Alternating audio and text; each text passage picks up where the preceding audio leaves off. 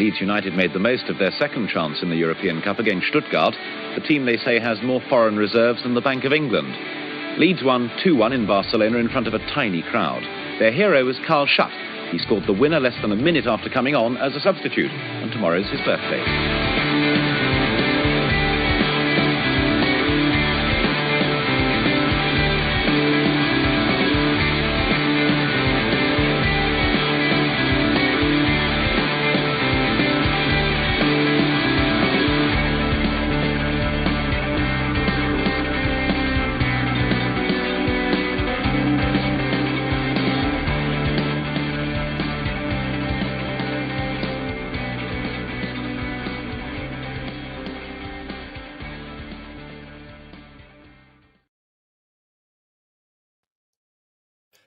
Hey up.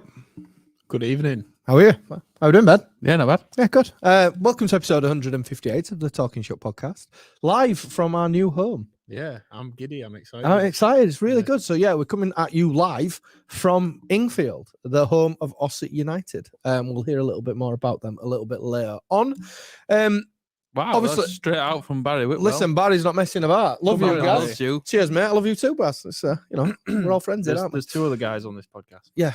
Right. Nobody loves me. All right, Mike. I'm a bit jealous, but anyway. That was made clear this weekend.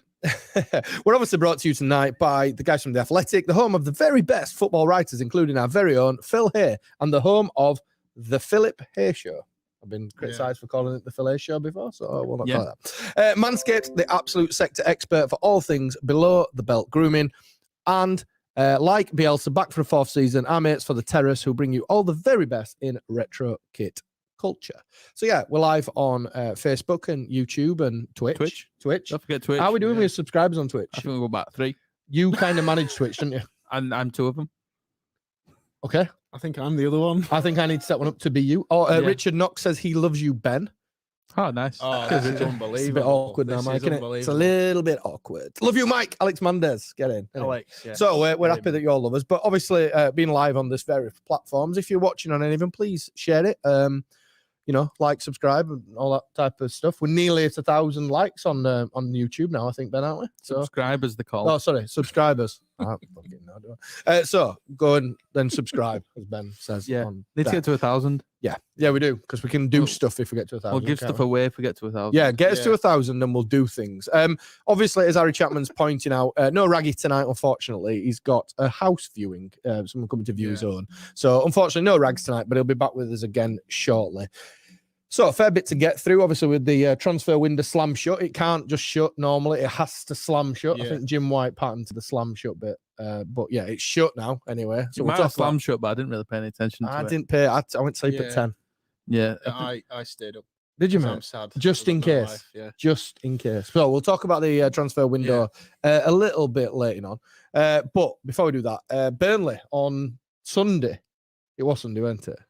Oh, well, Ben, it's a bad question asking you. You had a little bit of a heavy weekend, I believe, don't you? Yeah, I've not been out as much since, like, forever. Since before lockdown? Even probably a few years before that. I hadn't done, like, 2 days in a row since then.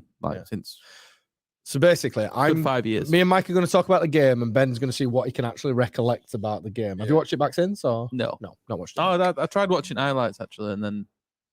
Yeah, there wasn't really much highlight, was there? So the first thing about the Burnley game for me was it's the first time I've been to Turf Moor away, and it's an absolute twat to get parked. Absolute twat to get parked. I parked all right once, but then I got in trouble because I littered. You littered? Yeah. Tell us more. I thought I'd try and make Burnley look a bit better. So all I did was drop a bag out of my car. Were you trying to feed the locals? And that was it. Feed the locals. Yeah. And such a giving guy. And some woman kicked off. But I don't litter. I'm not a litterer. I just want to say that. Did you pick it back up then after? No, I just drove off. I found. I did that typical thing of put Turf Moor in my sat nav. Oh, that's a bad idea. Yeah, terrible idea. And then next thing I know, like it's Turf Moor's 2 minutes away, and then loads of road closed signs. I was like bollocks. Yeah. So went down some like really ropey looking terrace streets, and then basically drove out of Burnley a bit. Found quite a nice housing estate, went in, saw no yellow lines, dumped it. This one's in Manchester. This normally y'all took a wrong turn. This normally wouldn't be an issue, but my son was literally adorned head to toe in Leeds United gear, scarf, training jacket, the lot, and I thought, oh god, could be a bit I problematic. suppose, yeah, this. right. If you were going to go anywhere with your kid dressed in like full Leeds gear, and I think most places you won't get bothered. No, Maybe you're right. Burnley, No. you might. Yeah. Anyway, They'd probably Shall we- try and rob the clothes off him. so the way I saw the game while we finished hammering Burnley is we're just talking off air. That's the thing, isn't it? We were just talking about off air, and we were saying that for me it felt. I always think it feels a bit different in the ground to what you see on the telly, and that's no slant on the watching on either, to be honest. But I felt like for the first 5-10 minutes we were the better team. We looked on top. But then as their shithousery got into play and spoiling the game and constantly being rolling around up floor, constantly being like grabbing hold of their head, grabbing hold of the leg, then they just managed to stifle the game. Then we couldn't do the basics well. I guess before we get on to sort of them playing like that, which I guess we all knew it were happening. They've done that twice last year. For 4 years, yeah. Yeah. I can't remember them having any sort of clear chances like that. They had a few long shots which didn't really do out. And even their goal were a very lucky sort of Chris Woods we were on about it before or after the game. He's alien in a bad position there, but I don't think he is really. You can't. He's goal side and you need to be goal side of your player, but it's a very Burnley goal, isn't it? Yeah. Like scrappy, just happens to be stood in front of it, like kind of Melier goes down, it comes off his leg, like, you know, it's just a very Burnley goal. But before that, the frustration, and we'll talk about Ashley Barnes in a little bit, but before that frustration, I think the frustration more was that we never really got going. Like 5-yard passes were a bit of a struggle. Like we seem to be very reluctant to switch it, which is something that we've been quite well known of, that diag ball from centre backs, and it didn't really happen. There's been a bit of that all season though. I think with Phillips not being on top form, we haven't got that guy to. Just I mean, one thing that was very obvious from being there was that we'd get it in sort of the left fullback or right fullback position, and our opposite wingers would try and get chalk on the boots. That very good old saying. But we very rarely used it. It went through 2 more players, which allowed Burnley to shuffle back over, which, like, you know what they're like. They're just going to make it really difficult. And as Jim Ogden's saying in the comments, like, it was akin to an MMA fight at times. I mean, whatever went off with Shrek, as I've nicknamed him, James Tarkowski, because he's got an head like Shrek, and Paddy Bamford in them for in that first 10, 15 minutes. Like, I was like watching off about like actually laughing, because I was like, what the... He literally like threw him to the ground. They're literally like rolling around. Paddy said in the interview after that he was trying to do some jiu-jitsu shit on him, but it didn't look like any jiu-jitsu I've watched before. You could do an entire segment on the Burnley challenges. Yeah, you could. So I'll tell you what then, let's do that. Let's talk about Ashley Barnes then. So first and foremost, he's a whining, whinging bitch. I'll just stick that out there. But the tackle on Stewie Dallas, how is that any different to previous red cards we've seen? He's out of control of his body. He's endangering the opposition, if you want that phrase. And how did VAR not look at it? Or did they look at it? It's hard in the ground. I don't know. It's hard to remember. I don't think they did, you know. I don't think it did. I think they just went on the referee's call. Yeah, Michael Oliver, it was appalling, to be honest. Appalling. Yeah, which is a shame, because referees have been really good this year. They have, he was let down. But I mean, again, I was like sort of to the right, looking to the back of the goal, and it happened down to the left. So I didn't actually see it live, but there was a few people around me getting quite angry, and I got a video stuck under my nose at half time to look at it again, and I remember thinking, how's he stayed on for that? And then the me challenge on Bamford just before half time, when Bamford breaks away down the side and me takes him out, but again he's over the ball. He kind of comes down on top of Paddy's foot. Yeah, like I think maybe on the Barnes one. I'm guessing the referee sort of thinks it's kind of 50-50, because Dallas kind of just lands on him. But I think we know Stewie Dallas, like, I know this counts for now, but we know Stewie Dallas. We know the character is. He's not somebody who gets angry. Yeah. He was absolutely furious at Barnes. He was literally... Oh, yeah, he could have ended his season there. And Barnes is doing that thing that all players do when they know... Mina did it the week before at Everton when he knew he'd gone too far, where he feigned injury to give the referee a bit of thinking time. That's where VAR should come in and say, regardless of what injury a player has that's committed the foul, they'd say, look, you've done wrong there. If you wouldn't have done this, you wouldn't have got injured. It's a red card. Yeah, I agree. Totally agree. Half time, I kind of thought, you know, we've got... Sorry, there's a fly flying around there. I'm just trying to swipe. I thought we got a couple more gears, and I've had that feeling in every game we've played this season, to be honest. Even at Everton, I thought we've got a couple more gears, and at Burnley, I thought we got a couple more gears. Yeah. And I kind of feel like we didn't really go into them. Yeah, very un-Leeds like. Yeah, we've kind of started a bit slowly this season. I feel like we're better than we kind of I've showed so far. But you're always looking at games going, oh well, at least it'll be the second half. Yeah, and then the second half performances of last season, we're just not getting them. I think to put a positive spin on it, came back from 2 goals behind to draw with Everton, which on the face of things looks a good result. They had a decent result at the weekend, didn't they, Everton? Yeah. And then to go to a place like Burnley, where they are absolutely renowned for being a bit shithousery and get goals and camp in and make it difficult for teams. Do you think the crowd being there made? I'm just trying to compare the game from last year, where we pretty much absolutely battered them for 90 minutes. No, do you think the crowd make a difference to Burnley there? No, because they weren't. From where I was sat, I didn't hear them until they scored. They were very quiet. They weren't exactly vociferous. Is that word? What's that word? Vociferous. That's the bastard. Yeah. Vociferous. They weren't very vociferous. They're a kind of a piss-takey crowd. It sounded like, to me, they would take the piss if we cocked up to take the piss, but they wouldn't do out to like. They were a bit pathetic, to be honest. I mean, I didn't even realise, and this shows how pathetic they were. When the game ended, as I was leaving, I didn't really realise that there were some Burnley fans in the stand that we were in. Oh, right, I didn't even realise that. Yeah. So that tells you pretty much what what you thought of them. But I don't know. It's that thing in it. It's that. Do you know what? At the end of the season, when whatever happens, I think we'll be safe. It's one of them we'll look back and go, do you know what? It's not a bad result, that, because they'll nick points off people by just being dickheads. Yeah. So it's not a bad result. Their philosophy is to frustrate the attacking sides of the league. Yeah, and I think also, the fundamental issues at our team on Sunday was that, very unlike it, but Dallas had a bad game. Yeah. Ayling had a bad game. Yeah. And Raff and Harrison weren't exactly fantastic either. No. And they're like our main outlets. I think the whole team as a sort of thing weren't as standard. No. Yeah. But I wouldn't say they were bad, because I don't think they were just very. It was like under average. I think I'd say it was like an attitude thing as well, because when Bamford got the goal to equalise, which he knew was a lucky tap in, he went and celebrated rather than picking the ball up, going back to the halfway line. I think that might be a bit of a Burnley thing, though. With what happened with Bamford and Burnley before, I think he kind of wanted to. He wanted to gloat, of that nice prick. But there is that thing of like. You could tell we would get. I want to chuck out Rodrigo purely because I thought, and chuck him out. No, I got right royally shouted down on Twitter, but I thought he had a reasonably okay game, as in like he were getting in good areas, he were making, there were decent touches at times, there were bits that like opened the game up. He was guilty of a 5-yard pass, missed pass, like all of them were on Sunday, but I thought he looked like he could do something. As in, like, he looked a spark.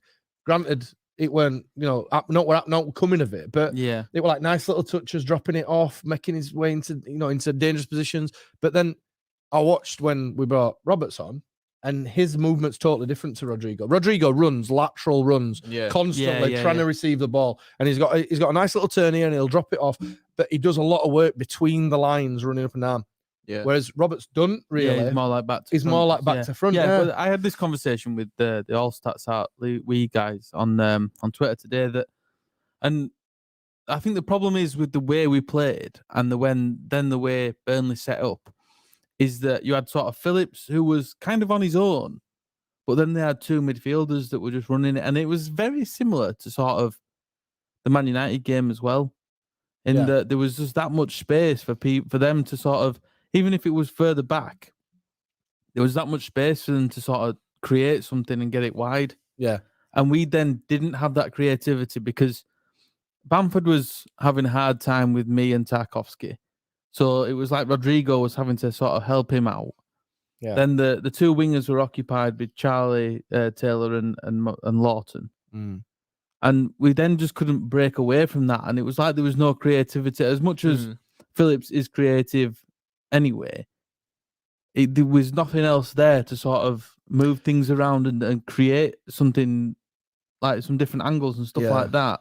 it was then very flat. I think it also relies on us. So, sometimes our style relies on us being able to play out of tight spaces and 5-yard passes and beat teams' press. But because we couldn't make a 5-yard pass on Sunday, we weren't getting anywhere with that either. I think just, not just a bad day at the races, really. But I did, and again, I did get shouted down on Twitter, but I did think Rodrigo looked bright, and he looked like, he looked like at times there were a few touches where he dropped it off and sprayed it, and you thought, that, you're getting what you pay for there. He's kind of a 10 that you don't notice what he does, in that, like, he doesn't go bombing round everywhere, but he'll take the ball in, and 9 times, there was that one bit where there was that turn. He sort of turned, he didn't touch the ball, but he sort of did like a dummy, like feint, and then it went round their defender.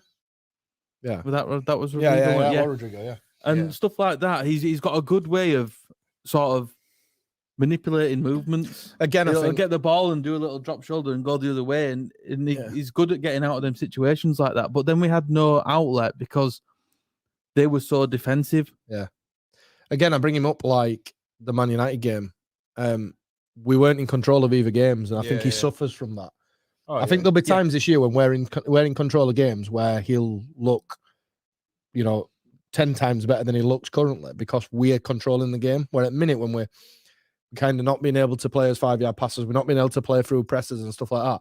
He's kind of gets isolated, and you can see the work rate he tries to put in, and it is a bit harsh on him sometimes. And do you know something? We've not slandered Roberts, but we've criticised him, and I put him in that bracket as well. It's hard for an attacking player to look attacking and flary when we're not in control of the game. Yeah. So yeah.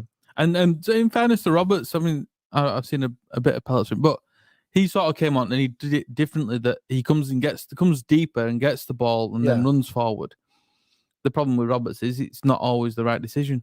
Yeah, it's the final pass. It's the 5-yard pass. He gets a lovely little touch. He gets into good spaces, but then it's he like overthinks it sometimes. Just like release it, and like Bamford does. We saw it Crew. We saw it Crew. Rodrigo and Roberts kind of played up front together at Crew, as in obviously 1 in a 10, 1 in a 9, but they interchange quite a lot. But as soon as Bamford comes on, he gets it down, he drops it off, he runs into the dangerous areas, whereas both Rodrigo and Roberts are probably guilty of not doing that, like overplaying at times. Yeah. But that's going to come when they're both getting a little bit of stick. Yeah, it's kind of like the issue is they were both really central as well that entire game, Roberts and Rodrigo. Yeah, whereas Bamford straight away, it goes wide. Yeah, straight away, attacking instinct. I'll tell you what we did miss as well. I thought on Sunday. Clicks, diagonal runs. That's now gives Rafinha the sort of the free roll to just come inside and cause trouble. Now we're back in stadiums and seeing games live.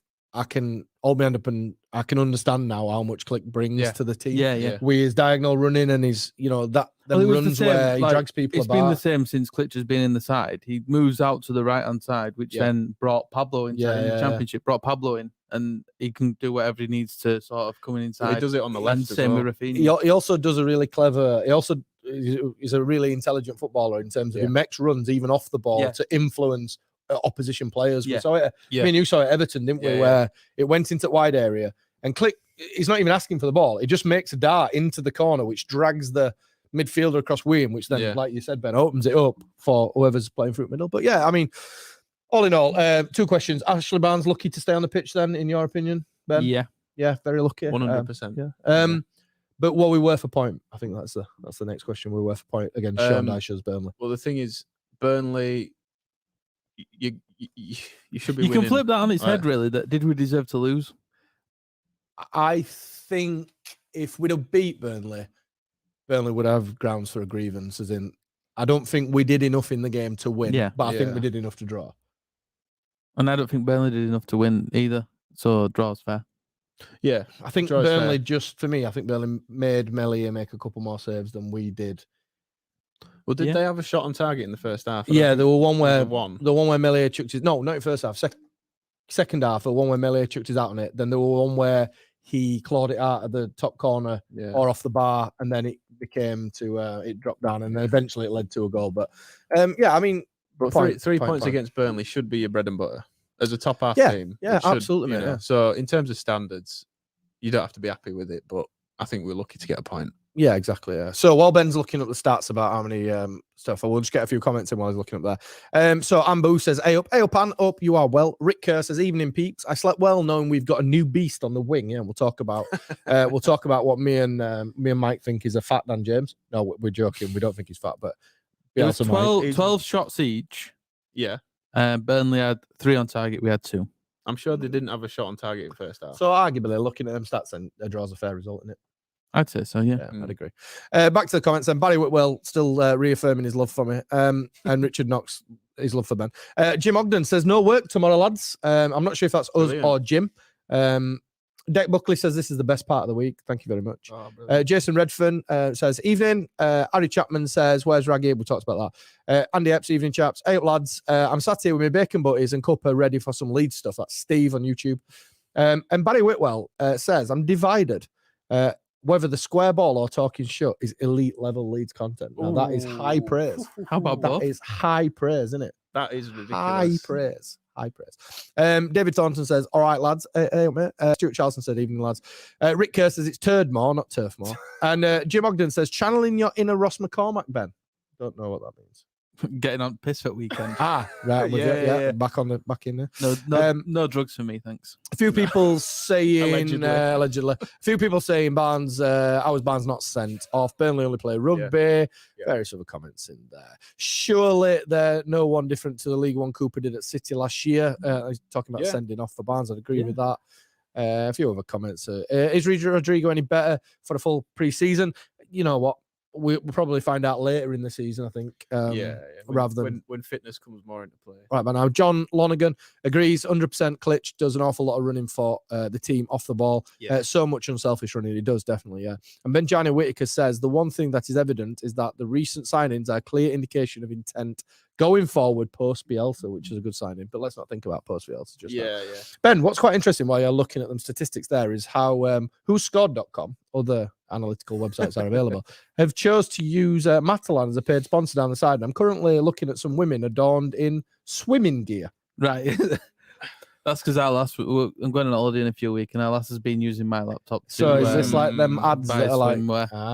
It's a brilliant cover up. It's a good cover, innit, for Ben buying women's swimwear. Anyway, Jim Ogden says there's a lot on the beers. Just the one because we're driving. Well, me and Ben are. Mike's not. I'm going to get sozzled. Could get rinsed. Stephen Mayer says, "I think Shaq improved us when he came on." Yeah, I think Shaq did improve us, but I think it brings energy. It brings energy. Yeah, it brings energy. I do think sometimes. And I thought we were guilty of it, and we have been in every game. We're a little bit negative at times, as in we play backwards when we could play forwards. And I think that's to do with not have. See, when I was speaking to All Stats Out this morning, and I said it's like at times where 11 players aren't enough, but then there's times where 11 players seems a lot more. Yeah, it's kind of like when it seems like a really stupid analogy, but. Like what I was trying to say was that it's like we need an extra player sometimes because, in the middle. Yeah, I know what you mean. Yeah, but obviously you can't 12. Might be put 12. Yeah, might be. But then there's times where when it starts to work, and maybe that's how we. Once we have them on the run, he's the 12th man. Yeah. 12th man in. Yeah. But once we have a team on the run, then it looks like we've got 12 players, and well, it's all about their legs. And if we're not making teams run in the first half, we ain't gonna. They'll be fine in the second half. They did very obviously get tired towards the end of the game. Burnley. I thought they looked tired sort of just before half time. They looked knackered. They did. Yeah. They've all been on beer and dripping sandwiches the night before, haven't they? Because it's very Burnley. That very Burnley. Right then, we'll move on from Burnley. Mike, can you remember your first ever Leeds United game, and do you have the ticket stub for it? Oh God. You know where I'm going here, don't you? Yeah. No, I don't. It was Gillingham, and I remember it was in 2008, and I remember Bradley Johnson scored a screamer. Yes, I remember. We went 1-0 down to Gillingham, and then we won 2-1. It was very good fun. Ben, do you remember your first game, and do you have the ticket stub available? No, because I went on my cousin's season ticket because it was on holiday. It was 96-ish. We had the turtle collar white shirt. And I think we played Sheffield Wednesday, and I think we won. Right. Anyway, a few people might be wondering Why are we talking about ticket stubs? Yeah. But it's a perfect segue into here from one of our sponsors, the guys at the Terrace. Mike, the guys at the Terrace have released a new mug that has got your ticket stub of your choice on it, hasn't it? Correct. Yeah, it's one of the customizable range. Yeah, it's a fantastic idea. Yeah, it came out today, and yeah, you can just customize it. You can pick the color scheme and fill in the details of your first game, and you get the ticket on your mug, and you get to relive the memories forever every time you have a, While you're have having a a tea. brew. Yeah. Yeah. Whereas at the minute, I drink from Raggy's fingers in my Terrace mug. That sounds, yeah, okay. What? I'm just saying. You can have a drink from your memorable match with a ticket stub, or you can drink from Raggy's fingers. Yeah, which is what I do currently. I'm tempted by Raggy's fingers. I kind of flip between Raggy's fingers and Berardi with blood on it from Terrace. Oh yeah. Simply because they end up at the front of the cupboard. Yeah. And every now and again I go Bielsa with a Bowie face as well. I've got one of them. Yeah. Well, Bottom line is the Terrace do fantastic products. That's a good segue, that, Mike. Yeah. So our friends at the Terrace are loyal sponsors who've been with us since the very, very beginning. As we've just been discussing, I've got a new mug range out where you can personalize your own ticket from your favorite game, whatever that might be, plus many, many, many other things. Getting more and more club licenses on board as well as the time goes on, but we can't announce who they are because Leeds fans won't be interested. For a start, I don't know, but Mike's telling me to be quiet, so I best be quiet. It's embargoed. It's embargoed, yeah. But anyway, go check out the Terrace at theterracestore.com.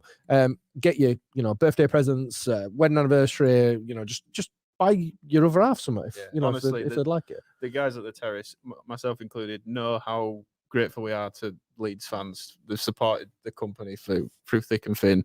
So the Leeds range is absolutely fantastic. There's loads of stuff, streetwear, leisure wear, kit mugs that you can have free personalization. I saw that white All Leeds Aren't We t-shirt today. That's one of the new. I might be well. procuring one of those. The blackout gear, the Yorkshire Pale stuff. Yeah, there's loads of stuff. Check it out. It's a great range. Absolutely. Jim Ogden says, "Why have I still kept the Histon ticket?" I don't know. It's kind of that thing of to prove you were a super fan. To prove you were there. Yeah, prove you're a super fan. But anyway, theterracestore.com.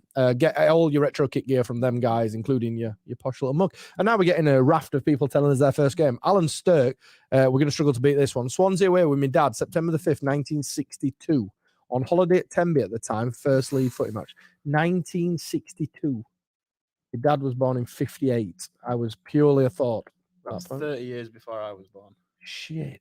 Yeah. I wasn't even a twinkle in my dad's eye. No, you weren't. Incredible. You weren't. So moving on slightly then, as we discussed at the top of the show, the transfer window slammed shut, as we always talk about. In creaked shut. Since when did transfer deadline day become this enormous sort of thing? Well, it's never been big for Leeds fans, has it? Has it? I don't get it. I don't know. I don't know why it's become a thing the way it has, to be honest, but it has. So that's where it is. Anyway, so the only signing we made completely out of the blue, really, because we were hearing from Marcelo and various other people as time went on that we weren't doing any business whatsoever, and we suddenly signed the winger that Marcelo's been in love with since 2 years ago. Yeah, all of a sudden. I think once Cristiano Ronaldo went to Manchester United, I think that sort of opened a lot of doors, didn't it? Wasn't it? Yeah. So, well, we made three bids for Dan James in the space of a day. That's how badly we wanted him. Not true. Yeah. That's what he said. Well, somebody said it. Somebody said it. I can't remember where I read it because again, I stayed up last night with the transfer deadline day stuff and I was reading articles left, right, and centre. Right. But yeah, we made three quick bits. Was it in the Athletic? Actually, it might have been in the Athletic. I think it was. Seen it somewhere. I think it was. Yeah. So 3 bids for him. So Dan James, 25 million plus add-ons. He made 50 appearances for them, scoring 6 goals. There was a little bit of like a meltdown on social media last night about the fact that we were going to sign him for £400 billion. Yeah. That's what some of the reports were saying, that we were paying in excess of 30 million. I think it was the usual, like, so add a bit on, fisherman's tale type thing. But Dan James, 25 million plus add-ons. If we kind of work that, say we get 7 to 10 million for Elder Costa at the end of the season. Yeah. That's hopeful. That's hopeful, but I'm being hopeful.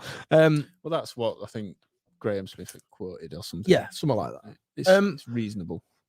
And it's someone Bielsa absolutely adores, for want of a better word. Happy with the transfer? Yeah, absolutely. When you look at it for what it is and just forget the scum factor. Yeah. We were crying out for an impact sub.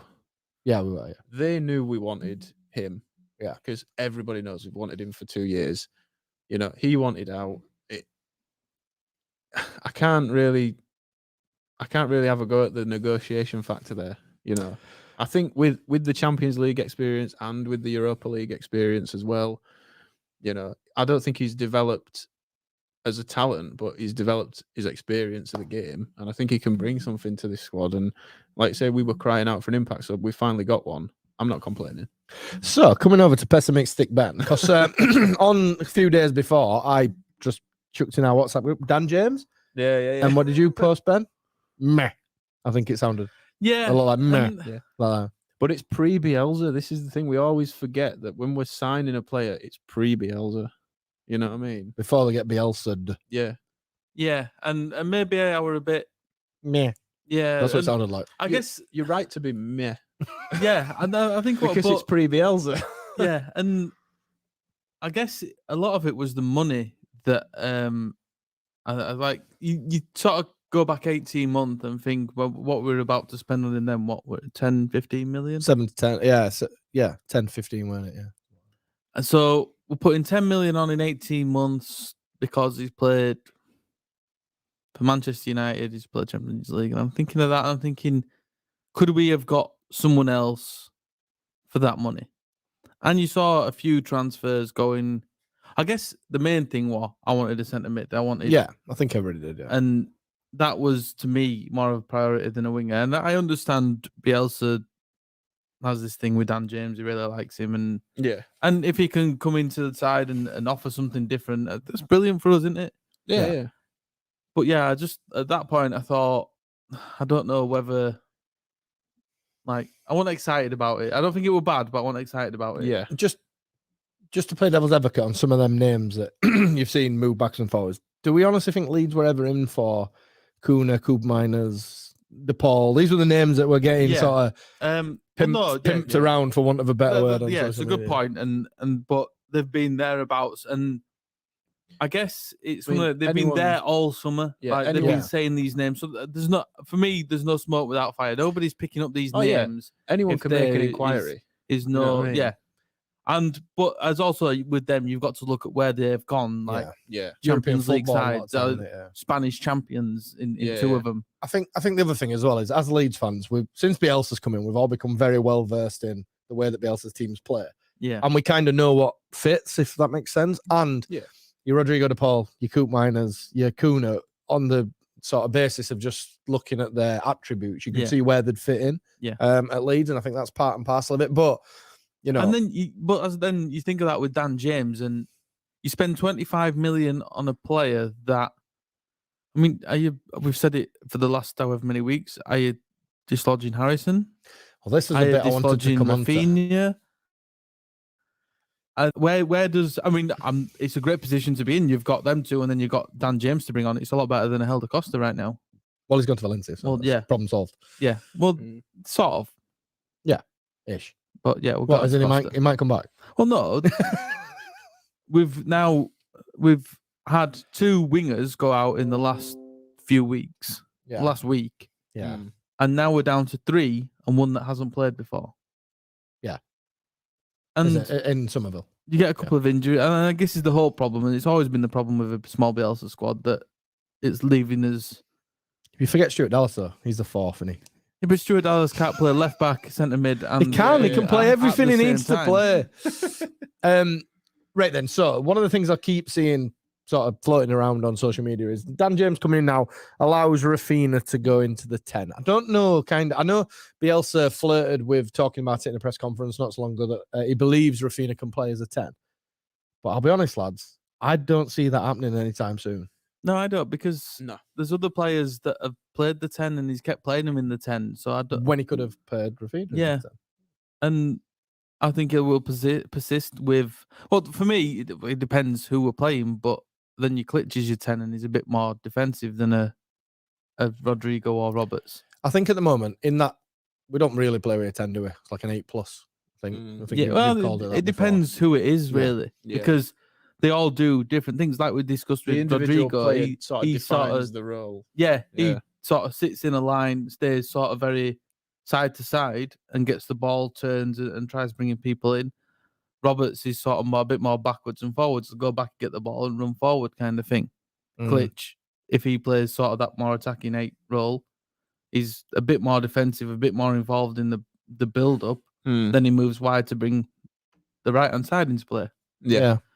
So you've got 3 options there that offer something, and I just don't see why you'd get rid of all that, because they've played there just for Rafinha, and it might happen in a few games. I think Bielsa will. It's an option. I think Bielsa will persist with Rodrigo as well, because he kind of talked him up. So I think he'll persist with it. But I think, the proof's in the pudding. And if anything, like, I got a few tweets last night saying, where does he fit in? Where's he play? But do you know what? Competition's good. Like, we need people to push people. And, if Dan James is coming in from them over there and having played all this football that Mike talked about earlier, then he should be confident in his ability to shift Jack Harrison, or at least give Rafinha a push for his money. And I guess it's only a good thing, I think. You're getting a player, and this is what I've thought about since I said meh the other day. Yeah.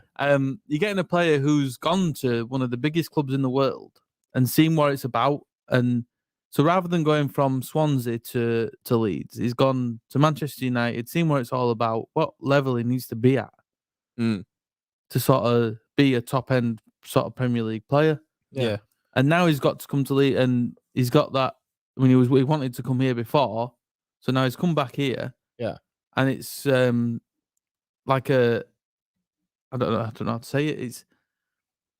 It's like a revitalizing sort of thing. That's what he was going to do anyway. And but he's more educated in how to do it. Yeah. Well, I always seen him as like it was too much too soon for him. Yeah. And he's never really been part of a squad. The fans slagged him off. It's a team of superstars. Yeah, it was a lightning rod for them, weren't he? Yeah. And he hit the ground running. If you remember rightly, we were all hoping he'd fail, and he actually hit the ground running. I think scored 3 in his first 4 games, didn't he? For them. And then I think the Solskjaer effect. They're not coaching him; they're getting superstars in on geography teacher. 480 million, 480 grand. Fucking that's a good innings. 480 million. Yeah, they'd probably pay Ronaldo that. Yeah. How do you think Leeds fans will handle the fact that it's come from them? I don't think it really makes a difference. I don't think it makes a blind bit of difference, to be honest. I mean, I think on social media it'll get made out to be this thing, but I don't think anybody actually cares. I suppose if he hits the ground running for us, even if he doesn't. Well, it's that thing, like I was just saying, it doesn't really feel like he's a proper Man United player. You know what I mean? He basically really felt like he was meant to be. He had a development loan, didn't he? And came back to where he was supposed to be. That's how I was feeling about it. Like, so the Red will watch out. You look at ones that have come from there, which we're going to talk about now, actually. So that's a good segue there, isn't it? Good segue. Well done, mate. We've got a list here. Mike put in. Don't put it up, Ben. I want you to see if you can name any. All right. I did look at it earlier. Unless you've already read them. So chronological order. In chronological order, then, from Manchester United to Leeds. I'm not going to make you do the early one. So the first one was Freddie Goodwin in the 16th of March 1960. He came for 10 grand. After that, it was a certain Johnny Giles, who came in 1963. What a steal. Brian Greenoff came in 1979. Then, can you name who was next? Joe Jordan. Ooh, no. Did he go other way? He went other way. Gordon McQueen. Ooh, no, he went other way as well. Did he? We're talking about people who came from. This guy was pivotal in the promotion season. Oh, Strachan. Yeah. After that, we got Lee Sharp for 4.5 million. Yeah. Jesus Christ. I had a conversation about Lee Sharp the other day, actually. And he still lives around here. Yeah. My mum really liked Lee Sharp. Did you? But I think he got that injured, didn't he? And he had some really good games and then quite a few. I think he liked to party. I think is the phrasing, for want of a better word. Then we got Danny Pugh in 2004. Liam Miller, bless his soul, he came in on loan in 2005. Then Ben's best mate, the injurer of Cooper week in, week out, Scott Wooton. He came in 2013 and just contributed to kick Cooper in the face in every game, basically, for quite a while. There was a tweet, I can't remember who tweeted it, actually. There was something about football transfers that like broke your heart. So I tweeted Scott Wooten to MK Dance. Then we got Cameron Borthwick-Jackson. Oh my God, he was terrible. Is he still playing? He went like somewhere recently, didn't he? Scunthorpe Reserves or something. Yeah. Fleetwood Town. And then obviously Dan James for 25 big ones. From Leeds to Man United, Joe Jordan, as you mentioned, in 1978. Gordon McQueen in 1978. Arthur Graham in 1983. He was back at Leeds as a coach now in the academy. Arthur Graham coached my son a little bit. Eric Cantona, obviously, in 1992 for 1.2 million. Rio Ferdinand on the 22nd of July 2002 for 29.1 million. And then obviously the archetypal, there we go, and enemy Alan Smith, who joined in 2004 for 7 million. Is he the last player to go to Manchester He United? was the last player we sold to them. So, yeah. There we go. Wrapping up other transfer stuff then. Outgoings, obviously. We've got a list here. So this season... I wonder what Ollie Solskjaer think. No, did you see the clip of him saying about Ronaldo, saying if you play for Man United, you never go to City, something like that? I wonder what he thinks about Dan James going to Leeds. Or Peter Schmeichel going to Man City. It's a good point, that. Yeah, there's a few. Tevez just chat shite. Did Tevez go from Scum to City or vice versa? I can't remember. They had the big banner, didn't they? Yeah. I really enjoyed that earlier in the week when it was sort of when Ronaldo won about going to Man City. Yeah. So, just to wrap up the transfer dealings then. Outbounds then, we've had Pablo Hernandez, Gaetano Berardi, Asian Alioski, Ryan Edmondson, Ollie Casey, Alfie McAlmont, Mateus Boguts, Moricha, who's found his way to your second team, Ben Annie. Yeah. How's it getting on? I don't think he's played much recently. I don't think he's played this season. He's number 9, though. Is he? Yeah. And the problem is Las Palmas don't really have a striker. Bogus is ripping it up for Ibiza. Yeah, Las Palmas play Ibiza. Dog and duck league. Yeah, he's really weird. Dave, Las Palmas play Ibiza this weekend. You're talking about the first guy to score at that Optus Arena. Mate, if you're Alfie McAlmont now, sat on loan at Morecambe, like the best thing you've got is potentially seeing Tyson Fury running that beach, and then Matthias Bogus was posting pictures on a yacht in Ibiza, laughing his bollocks off. You kind of feel like you've got a raw deal, don't you? Ibiza, just another little thing. Ibiza signed a player called Ibiza today. Never. What about Man United signing?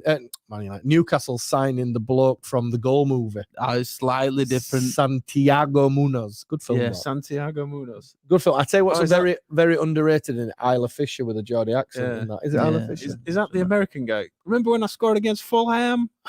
My dad watched that game. Well, he's Mexican, but yeah. Is he Welsh, Mike?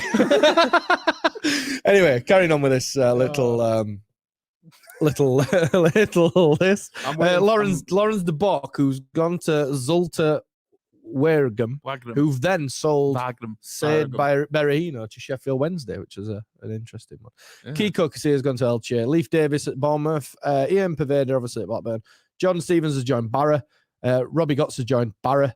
You got to say it like that. Bryce Hazan has joined Wrexham, the Moneyball team of the non-league at the moment. Sponsored. And obviously, Elder Costa has joined Valencia, and one that Mike missed off the list, Niall Huggins has joined Sunderland. Oh, come on. I can only stay up so many hours. Mike, Jesus. And obviously, incomings then wrapped up now. Junior Firpo, Jackie Harrison, Amari Miller, Jean McGurk, Lewis Bates, Christopher Claassen, Leo Helder, and Daniel James. All in. I think the only sort of thing that bugs me about the transfer window is like numbers. Yeah. We've sort of lost Berardi, Pablo. Yeah, we have, and then not really replaced them. Alioski. We cannot replace him.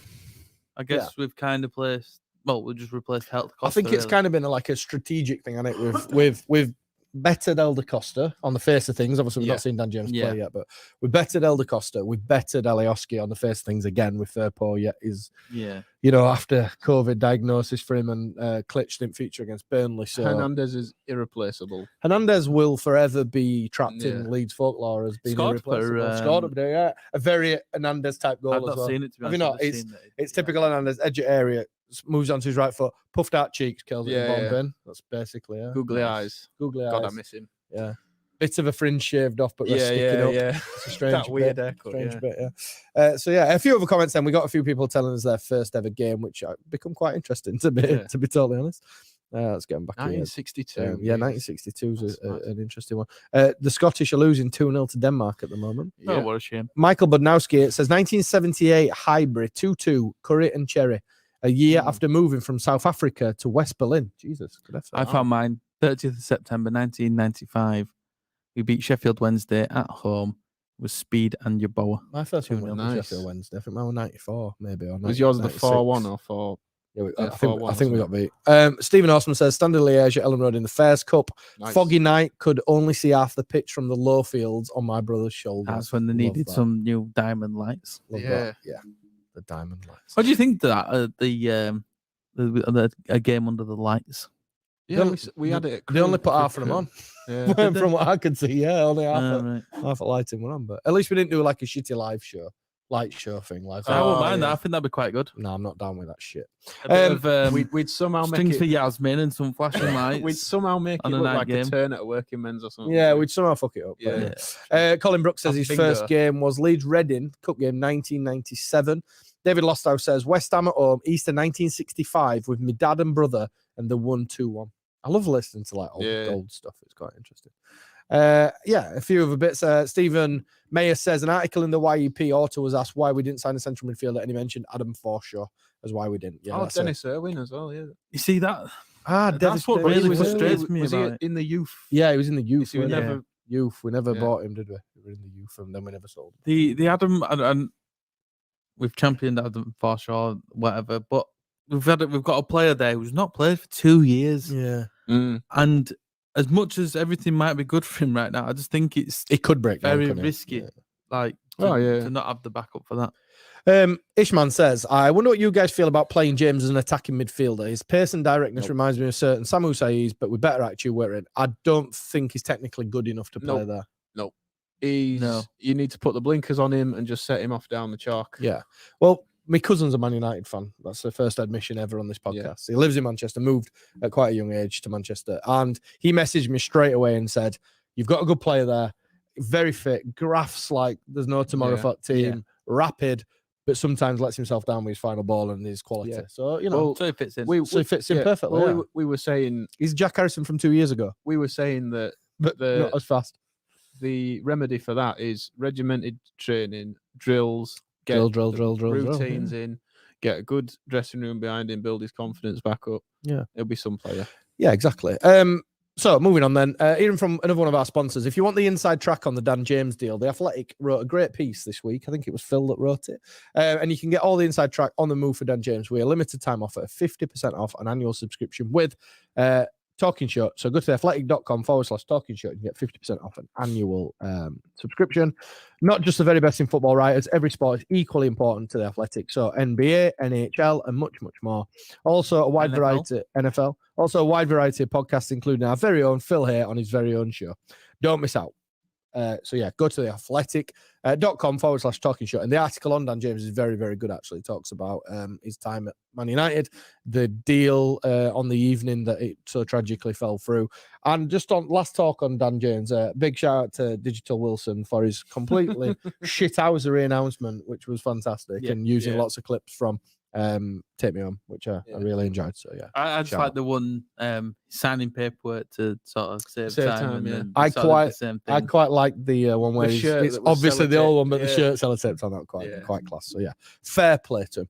In other news, then, gents, certain England call up for a certain Sir Patrick Bamford. Now I had to write this down because I had some quite strong feelings on this, but England calls for Sir Patrick Bamford. It feels to me like it's something you could write a story on. It's like fairy tale quite thing, innit? perceived as being a sort of posh snooty twat.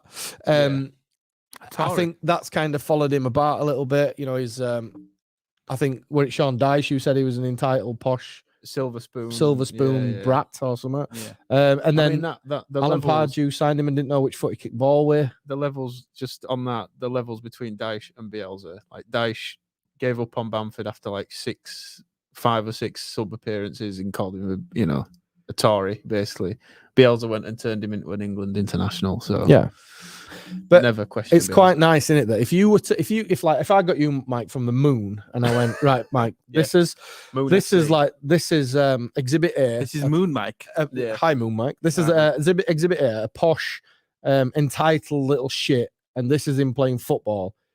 And then I went, and this is Patrick Bamford. What would you say? He doesn't play in any way, shape, or form like an entitled posh. Yeah, well, I mean, little shit, does it? He grafts for the team. He puts himself apart. He's a bit horrible when he needs to be. He's got humility. He plays for his teammates. He couldn't be any further away than the archetypal. You can flip it on its head and say, came from nothing. Literally. We're talking Fat Ronaldo or no. Other Ronaldo. Well, I don't like to call him Fat Ronaldo. Legend Ronaldo. Legend Ronaldo. R9. No, we're talking about CR7. Is that what the brand is? TM, allegedly. He came from nothing and he plays like an entitled brat. Yeah. Whereas Bamford came from wealth and grafts his bollocks. Plays the violin, speaks 6 languages or something along Also those plays Wonderwall on guitar. Got a nice dog. Very nice dog. Nice dog. What's he called? Duke. I follow it on Instagram. Yeah. To be honest, the dog needs to up its game. Its Instagram posts are shit.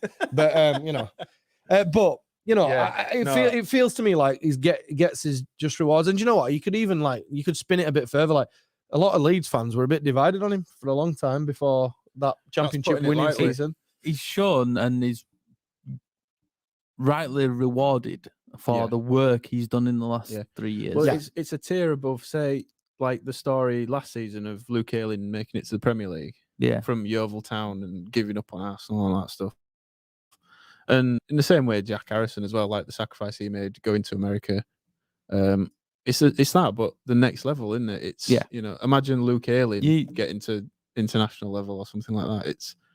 It's the same thing, like Bamford bouncing between benches and getting rejected. Well, that's it. No club has ever sort of put the faith in him, and maybe it were a situation where we had to, because obviously Roof had sort of a bit of injuries and wasn't going to play a lot of it, and then he sort of became certainly not as a number one striker, a lone striker as well. I mean, even at Borough, he had Brit Assombalonga doing the muscle work while he ran off on the left hand side and scored hat tricks against Speedveld, which ain't hard. But he's worked for it, and I would never have had him as a lone striker, not in a million years. In an interesting turn of fate, just talking about that other Ronaldo, CR7, he's just missed a penalty against Republic of Ireland. Brilliant. How fitting is that? Yeah. We were just yakking about it and missed it. Big shout out to Ben Simpson for dropping that in to let us know. With Bamford as well, I'm hoping that, you'd think that he'd get a starting game, at least one. Well, yeah, Calvert-Lewin's not going to play. Calvert-Lewin's out. And Kane's out of form. Kane hardly played. Well, he's played one game. Exactly. I mean, so he's not going to play. I'm not going to talk about Kane because he's not going to play 3 in a week, is he? We're done with that. Kane. Done with Kane. Even if it's, I can't stand him. Even if it's against Andorra on Sunday. Yeah, he'll play. I'm really happy for Bamford, and I'll watch that. Yeah. Absolutely. Obviously, our new signing didn't feature for Wales tonight, but Tyler Roberts did. I'm not sure how they're getting on as we speak. In other England news, and this. As I've got older, I've got worse and worse at getting up on a morning for work. But when I woke up this morning, I was delighted to see Declan Rice giving Calvin Phillips. Yeah, I did that. Giving Calvin Phillips an award for being England's Player of the Year. Yeah. You know, we talk about not rags to riches. That's the wrong term of phrase, but we talk about sort of meteoric rises. You know what I mean? Like, I know single income. Single parent. Do we all feel like we're massively invested in Calvin Phillips? Yeah. Oh yeah. Like I genuinely feel like he's like a member of my family or something, but without actually being a member of my family. I said it's. Well, I know members, like members of his family, and that couldn't be more. How old is he? 23, 24, something like that? It's a little bit older than that. He's 24. He's like one of them that's. It is weird because I feel like a proud parent. Yeah. And I'm like, I'm only like 5 years older than him or whatever. Yeah, it's and I'm absolutely all in on them. Salty comments of all this sort of carry on, like proper brat babies. He has deserved it. Of course he has. And maybe we've give him a bit of a peg up as fans that we got involved and voted. But so where's all these other fans that could have voted for other players? Yeah, exactly. All these other big teams. We're so invested in him that as like the local lad done good and all that we always forget that Shackleton's also from round the corner. Yeah, you know what I mean. It's that spearheaded by. Well, no, we don't. But the thing is, it's not really. It is comparable. And Dallas, of course. But Calvin's like literally inner city Leeds, and he's the best player most of the time. Like he's so instrumental to what we do, and I'd hope in a year or so's time he's going to be our captain. Yeah. And not to give it to Shackleton's been brilliant, but he's going to be a great wing back. I think he's going to be a first team wing back. But he's not as a first team player. He's not. It's not like a crucial role. The thing is, though, as well for Calvin, he kind of shows that can be paved away. You know, some of them young lads who like Jack Jenkins, who are sat in 23s now. Yeah, he's off to Barra. The pathway, isn't there? You know, there's a pathway to the. You know, to the. And you look at where he's come from in the Leeds respect as well. That summer. Well, he knocked Bielsa. It was like if you said we're going to sell one of these midfielders, and it was.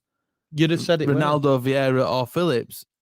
75% of Leeds fans are saying Phillips. You could go back on Talking Shutt, and we talked about that. Interestingly, I didn't say Phillips, but you shit house. Yes, he did. I didn't. I think we also said get rid of Kemar Roof as well. From what I remember, I wasn't there, but I would have never said sell Phillips. No. I would have never ever. Did Ronaldo Vieira make a move to Sheffield United? Out of interest, I don't know. I don't know. I didn't see. What about Romario? They went and got Morgan Gibbs White, didn't they? Sheffield United. So I'm guessing that would have been an alternative to Ronaldo. Yeah. Still out in Italy. Ronaldo Vieira. Yeah, Sampdoria, mate, top. Plays for Sampdoria. Loan to Verona. No, that an option was to buy. Hellas Verona. Was that this year? No, that was last year. No, it 30th June 2021. That's I'm kind of shocked. Until. So he must have gone back to Sampdoria. I'm a bit surprised that we haven't tried to buy him back, you know. What, Vieira? Yeah. Or no, we won't buy him back because of the same reason why we sold him. Yeah. His knees were shot. Oh, right. Osgood Slatter's disease, right? Because I thought Bielsa like proper kicked off about. I seem to remember reading that like Bielsa had kicked off about him having to be sold to. I don't think he kicked off. I think he told Radrizzani that if he kept him for another year, it'd be worth double what he's worth now. That's Interestingly, Alan Sturks just put on YouTube, Vieira failed the medical at Sheffield United. So yeah, there you go then. Wow. That was nice. Quite moody music coming through on. That was an advert on Transfermarkt. Was it? Yeah. Were it for like doing bikinis or something? Yeah. Are you going to blame your missus on that as well? We're doing intervals now. Yeah. Ad break. I've just lost my comment. James Rogers, who we'll talk about in a little bit, got to agree about Calvin. Not sure my son agrees. He was a goalkeeper in the Under-11s Cup game for Ossett when Calvin scored 5 and had several assists. I think we lost 11-0. So yeah. So fair play to Calvin. Yeah, we love him. Michael Brown. Talking about Sheffield United, which is very odd. Yeah. He said he failed the medical as well. Wow. There you go. His brother plays for Tadcaster Albion. Is he back? Yeah. He did like some really mad flick. Romario. So he went to Doncaster, didn't he, for a bit? Romario. He were at he did a flick. I don't remember, like a pre-season friendly or something like that. And I think I saw that. Yeah. The reply from one of the players on the opposition was, "Someone put him in the fucking stands." Gotta love comments like that. Moving on then. Obviously, as we've talked about, we're missing a certain member of our podcast tonight because he couldn't be asked, I think, maybe he's just busy. Yeah. No, joking apart, we love you, Rags. He's just busy. But I'm going to completely murder his predictor again. I'm filling time here while Ben's on his phone because he's meant to be playing the jingle. All right, yeah. That'd be good, right? It's time for Raggy's predictor. Oh, nice, Mike. Raggy's predictor. So, Raggy's predictor. Obviously, last week we all went for a Leeds win against Burnley. We were all wrong. However, they didn't lose. So, do we all get a point? Is that how it works? Yeah. No, it were a draw. We don't get no points. No points. No points. No points. So this week we've got England fixtures to predict. So first and foremost, Hungary on Thursday. I'm hungry right now, but I'll be more so on Thursday. Yeah. So Ben, England, Hungary on Thursday. Out in Hungary. What are you going for? 2-1 England. Who scores? I don't know. Patrick Bamford. No, he's going to play against Andorra. Is it? He's going to play against Yeah. Andorra. So you're going for what? Should I record this? Yes, This is please a good do. idea, right? Or we'll just make Raggy listen. Raggy is a valued member of this podcast. He'll be listening back to it. I am 100% sure. Maybe he's showing people around his house with us on the He's TV. not going to be listening to it while they're all drinking from his mug. Yeah. That would be a bit strange, that'd be wouldn't it? That'd be weird, wouldn't it? Yeah, it would be a bit odd, wouldn't it? So what? Sorry, mate. What did you say? 2 in England. 2 in England. Mike, England, Hungary on Thursday. Hungary. 3-1 England. I think you're underestimating Hungary there. Yeah, I am. I'm going 2-0 Hungary. I'm going 2-0. That's if Bamford plays. So quick fire. Andorra on Sunday. 5-1 England. 5-1. I'm going to go 6-0, and you're going to go. Oh, I was thinking 5, but I might go 6 with the Bamford hat trick. I went 6-0. Bamford. Ooh. 6-0 Bamford hat trick. 6-0. And Poland, the Mateusz Klich, that won't be playing because he's got COVID, derby against England. What are you going for? They had a reasonably good Euros, Poland. I don't know. They looked a bit shit under that. What's he called? They were at Watford. Yeah. I can't think of his name. No, I can't either. Paulo Sousa, Yeah, something that's like that. Paulo Sousa. Yeah. The knowledge. Yeah, England are going to win 2-0. 2-0. Mike. I think 1-0. 1-0. Yeah. I think it'll be Typical Scotsman. Yeah. 5-0 Poland. Yeah, I'm going to go for Lewandowski's going to rinse you. 2-1 England victory against. No, I'm just excited to see Bamford and Phillips. I'm loving seeing the photos. Yeah, it's great. Good. It's like Phillips has been a new school and he's finally made a friend. Yeah, you know yeah, what I yeah, mean? Like, yeah. I love it. Love it so. Is that because Ben White's not there? Yeah, poor Ben White. Whatever happened to him? I think he went to Arsenal, but Did he? I think so. Then I think he I got think COVID. he got COVID. Got COVID, didn't he? Yeah. He's got COVID for the rest of the season. Yeah. I think it came with his Arsenal deal. Yeah, proper. He joined and they gave him COVID as a gift. I think you'd take that if you signed for Arsenal it's right a now. tough gig down there. don't make me do it. Tough gig down Speaking there. of predictors, and I think I must be, well, it's not happened yet, but I must be sort of closest that Arteta's going to get sacked. Yeah, mate, you're not far off. It's going to happen, isn't it? I had a quick look. I had a quick look betting the other day, and it was something like You have to buy into the project at Arsenal. 4-6 on him getting sacked. Yeah. So it's not looking good. It's a really good call, that balance between expectation and performance. Because it's easy to pick a shite team, but if they don't expect to do anything, they're going to get sacked. Yeah. So we'll keep an eye on the England stuff. Obviously, we'll be live next week while the England game's on. So we'll try and give some sort of live updates. Moving into other news, as you may be aware if you're watching live right now or listening back on the podcast, we're in our new home in the loosest term. So a big thanks to Not that you'd know what it is, but we're going to tell you. Yeah, we're going to tell you now. A big thanks to James Rogers, the chairman of Ossett United, and Ossett United for agreeing to host us for the season going forward. So basically, the idea is that we come and record here, and what you can't see just off the camera to sort of my right hand side, if you're watching this on a podcast, this isn't working too well, but I'll try and work on it. There's a bar over there, and there's a man behind the bar who will put alcoholic beverages in glasses for you. For a fee. For a small fee. So the opportunity you've got now, It's not free beer. It's not free, yeah. If you're living in and around the Wakefield district, or even Leeds, it's not that far away. It's 20 minutes maybe from sort of Leeds, but don't drink and drive. You can come down, you can get yourself a beer, and you can sit and listen to us record. And we might have a bit of audience participation from time to time. But come down and get involved. And Ossett United, obviously a local club, got a strong golden thread of Leeds running through it. James Rogers, who's the chairman, is a massive Leeds fan. Currently playing for Ossett United is Ross Killock, former Leeds centre back. Does that mean we can get him on? That'd be good. One. We will endeavour to get Ross Killock on and have a chat to him about his Leeds days. Came through the same youth team as Calvin Phillips. He actually played here when I was a coach here when they were Ossett Town, not Ossett United. And in the same team played certain Lewis Cook, Calvin Phillips, Charlie Taylor. Who else played in So that your game best that day? mates with Calvin Phillips and Lewis Cook? Sam Byram didn't play, didn't feature. Him and Mowat had kind of broke through. It was Brian McDermott. It was the day before we played Brighton in the first game of the season. It was a Friday night and we played them down here. I think we got a 2-2 draw. Ryan Hall missed a penalty. Oh, wow. And Eric Grimes written net for Leeds that night. Oh, yeah. And Charlie Taylor actually played as a centre-back outside of Ross Killock that night. I can't remember who played it right back. But anyway, so, Ossett, big, strong Leeds connection, obviously down here. A lot of Leeds fans come and visit games when Leeds are away or on alternate nights. I came down on Saturday to watch them against Eburn. They got a 2-1 victory. It was a very good, well-contested affair. So next week you can come down, have a beer with us in Kelly's Bar down here at Ingfield.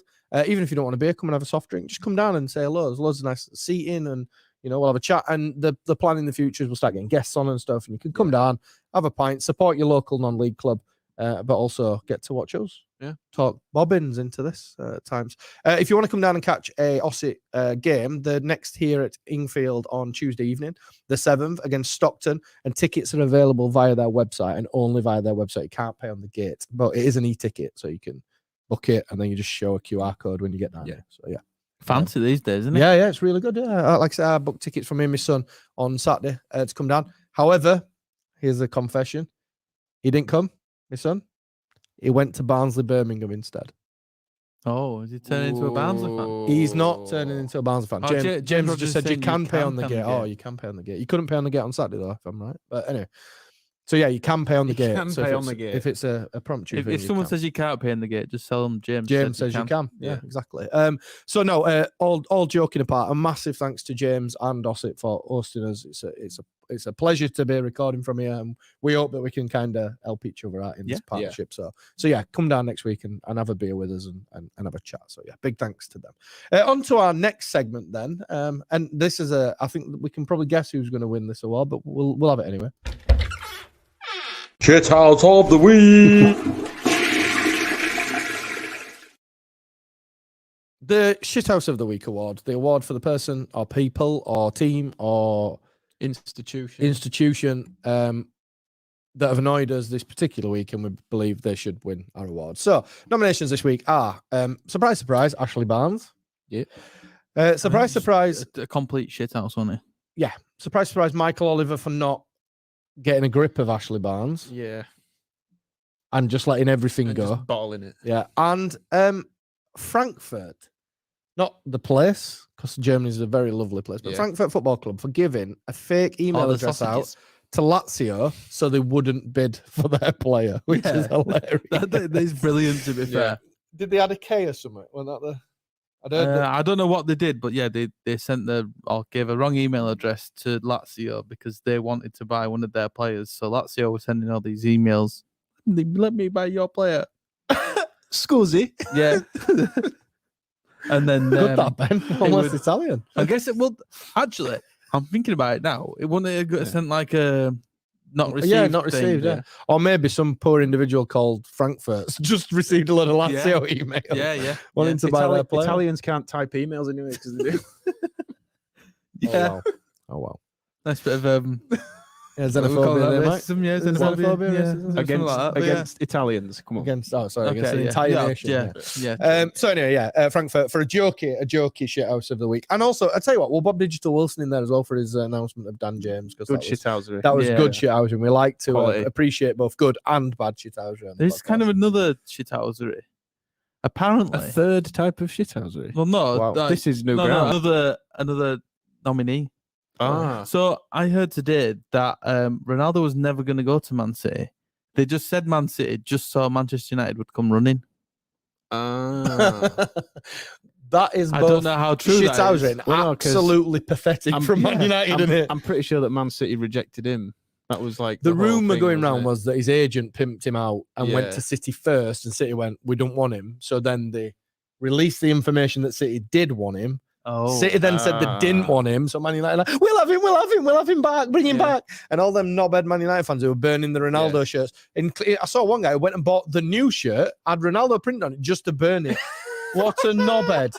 Has he made the money? Or he'd been on DHgate or the Chinese. Would he got it that quick though? No, I'm still waiting on the new shirt. It's been ordered 2 months. There's a lot of money down in Surrey though, isn't there? So, yeah, that's true. Yeah, JT says Rads for the Forshaw comment.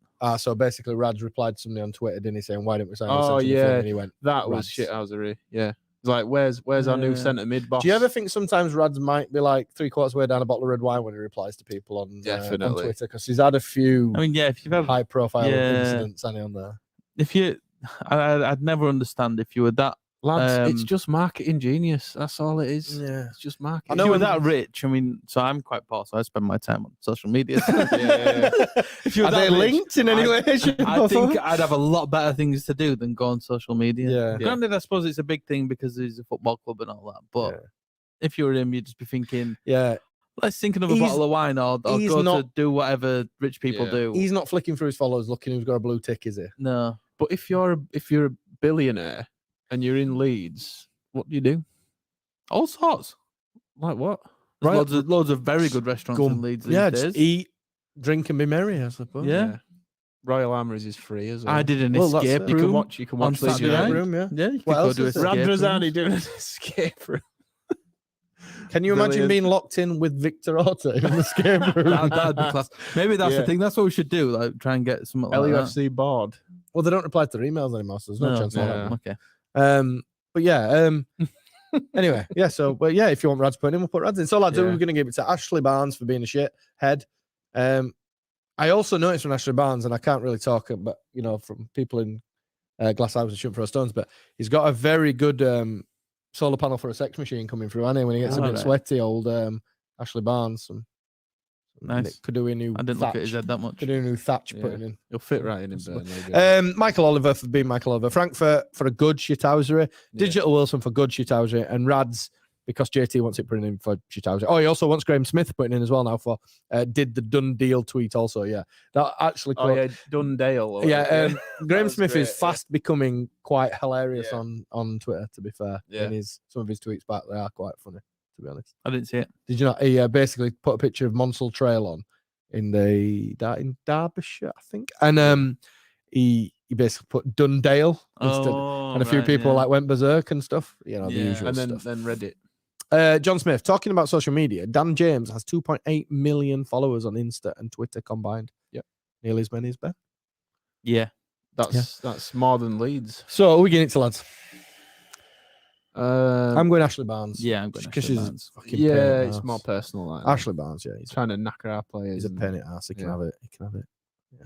Do you think Ashley Barnes shaves his knackers? He'd probably come and collect the award as well. He's that much of a shithouse. Yeah, he would. Yeah, it'd be like sat here demanding a new pint because it got lipstick round rim at glass. Yeah, and he'd want the golden finger. What do you think Ashley Barnes drinks? Stones. No, mate. No, he's a Guinness and Black kind of guy. Yeah. Guinness and Black. I think he's a kind of one of the American, or like Diamond White by the pint. Frosty Jack or something. Yeah, something along them lines. Do you think we talked about his solar panel for a sex machine coming through? Do you think he shaves his knackers, Mike? Do you think Ashley Barnes shaves his knackers? No. Do you think Rad shaves his knackers? We asked about what does a billionaire do Italian in stubble. Italian stubble, yeah. Rad's definitely shaves his knackers. Yeah. Do we need to send Rads a 20% off and free shipping code? No, he's a millionaire. He's a millionaire. Yeah. He can pay full price. He could probably buy Manscapped. Fair, couldn't he? I don't know. Oh yeah, pretty big Manscapped. Big outfit now. Yeah, they're all over UFC as well. Yeah. My second love, UFC. Yeah. So anyway, back onto Ashley Barnes. I don't think he does because that'd be too poncy to shave your knackers. Do you think? Yeah. I think it's like. I think he's got like a right good thick helmet. It's 70s, isn't it? It's Burnley, like 70s. There's a dick in there somewhere, but it's hidden, like that type thing. Yeah, maybe. Yeah, like full ass beard. That's why he's so aggressive. Yeah. Why he's such a bellend. He's angry about the fact that his pubes have took over his shorts. If he did trim it, and it wouldn't be so irritating. It wouldn't be so. Angry all the time. Or he's gone completely the other way and he's gone Veet instead of Manscaped. And he's got like the bat wing stuck to his legs all the way through the game and it's irritating. So having to peel them off and that. Anyway, I'm just going to kick the out of everyone. Yeah, so what Ashley Barnes needs is he needs to get involved with our sponsors, the guys at Manscaped. The back wheels for the new season. And let's be honest, winter won't be that far away now. Darker nights and stuff. But that's still not an excuse to get some extra thermal protection around your nads. Because, you never know when you might need to present them. Specifically looking at you, Mike, for some unknown reason. What's in this pint? Yeah, exactly. So Manscaped have got you back with the latest below the belt grooming technology with the Lawn Mower 4.0. Yeah. The waterproof knacker trimmer of your dreams. Join the 2 million men already taking care of their knackers with Manscaped. Enter the discount code SHAVINGSHUTT at checkout for 20% off and free shipping. Also, if your nose hair is getting a bit of a problem, they also do a weed whacker to dispose of them pesky long nose hairs. Yeah. So get involved with our mates over at Manscaped and, look after your balls because they'll thank you a bit later. Also a bit of deodorizer and, toning stuff. Yeah. Toning was a weird turn of phrase. Like I was expecting, you get toned at the gym. Have you been rubbing it in your chest? Fucking, that's not working. I'm not ripped at all. No, guys, my knackers have got a 6-pack. Amazing. Wow. Amazing. Anyway, so yeah, that was wow. We've gone on a tangent here, and a few people are just commenting here saying, Michael Luke Jones said, "Have I joined at the wrong time? I thought this was Talking Shutt." Yeah, no, they just pay us to talk about it. We've got like a bit to talk about. So yeah. So anyway, go check out Manscaped, and big thanks to them for getting on board with our friend with the best American name ever. I think probably a bit wrong to put it on here. But. So Michael Luke Music said, Have I joined at the wrong time? I thought this was Talking Shutt, and then he said Vidra, I think. So I don't know what that would imply to. Does Vidra need to shave his knackers? What do we need to know about Vidra? No idea. No, I don't know. Not sure. It's on Burnley's bench. Lads, that brings us to an end of our first ever episode in our new surroundings down here at Ingfield at Ossett United in Kelly's Bar. Obviously, normally 4 of us, but tonight there's only 3. So Rags will be back soon and we can stop murdering his predictor that he normally does so well and I do so poorly. But that brings us to the end of episode 158. We're back next week live from Kelly's Bar down here at Ingfield, the home of Ossett United. Don't forget, you can get down here and catch their game on Tuesday, the night before. You come down, you can watch them the night before against Stockton, then you can come down again the night after, and you can come and watch us the night after. That'd be lovely if you could come down, and I'm sure they'll have the England game on in the bar as well, so you can come down and watch it. We're a lot more handsome in person as well, and a lot taller. As we've discovered. We are units. We are units. Not quite units, but we're taller. Yeah, we're taller. Yeah. So anyway, Michael's replied. He's replied to someone else. Hisham said, wasn't Barnes at Thorpe Arch and then turned us down at the first preseason of Bielsa? Yeah, that was Vidra. Yeah, that was Vidra. Barnes did get linked with us before, but we wouldn't pay the money and he went to Burnley. Yeah. The Vidra thing was more we turned him down. Yeah, we did. Well, there was the thing about right attitude. Yeah, there was the thing about him just seeing us as a stepping stone. And the thing is, if we had got Vidra, we wouldn't have got Patrick Bamford because he was the alternative to Vidra. So it's all worked out nice in the end. Anyway, brings us to the end of episode 158. A big thanks to our sponsors, the guys at The Terrace, bringing everything in retro kit culture, the Knacker Trimmers, the guys at Manscaped and Nose Hair Trimmers, and also our friends at The Athletic. We're home of Sir Philip of Hair. Don't forget, you can get a discount from them as well by bobbing in there at Talking Shutt. theathletic.com/Talking Shutt, 50% off an annual subscription. Jim Ogden says you are taller in person, Dev. Yeah, I met Jim for the first time pre-Everton, and the first thing he said to me is, "You're a lot taller than you look on the internet." So yeah, I'll take that. Yeah, I met watcher I can't think what to say now. Kieran Harvey, who watches quite listener a bit. of the show. I think that's the one I wanted. Yeah, I spoke to him while having a wee. Obviously, we've discussed this before, but we've been podcasting for like nearly 4 years, and I always find I ain't quite got my head around when people come up to you and go, "Oh, I like listening to that podcast." And I think I still genuinely think that nobody listens to this shit. Yeah, because even I don't listen back to it now. I used to. not many people come up to me and say that, but yeah, it was weird. Like, well, I got collared in Aldi by Jason Redfern, new fan of the show, if you like, and also like I put it on me. I was in the States Facebook group as well. Talking Shutt, because I noticed a lot of Leeds shirts knocking about. So yeah, anyway, it's nice to welcome new people in. And James Rogers said, "Great show, guys. Good to have you at Ingfield. It's an absolute pleasure to be down here at Ingfield." So yeah, I'll wrap it up now. Big thanks to everybody who has tuned in. If you're listening back on the podcast, please share it. Leave us a nice review, or a horrible one, we'll just delete it. And we'll laugh at it first. Yeah, we'll laugh at it first and then delete it. So yeah, big thanks to everybody who has tuned in, and we'll see you next week. I'll see you there. See you there.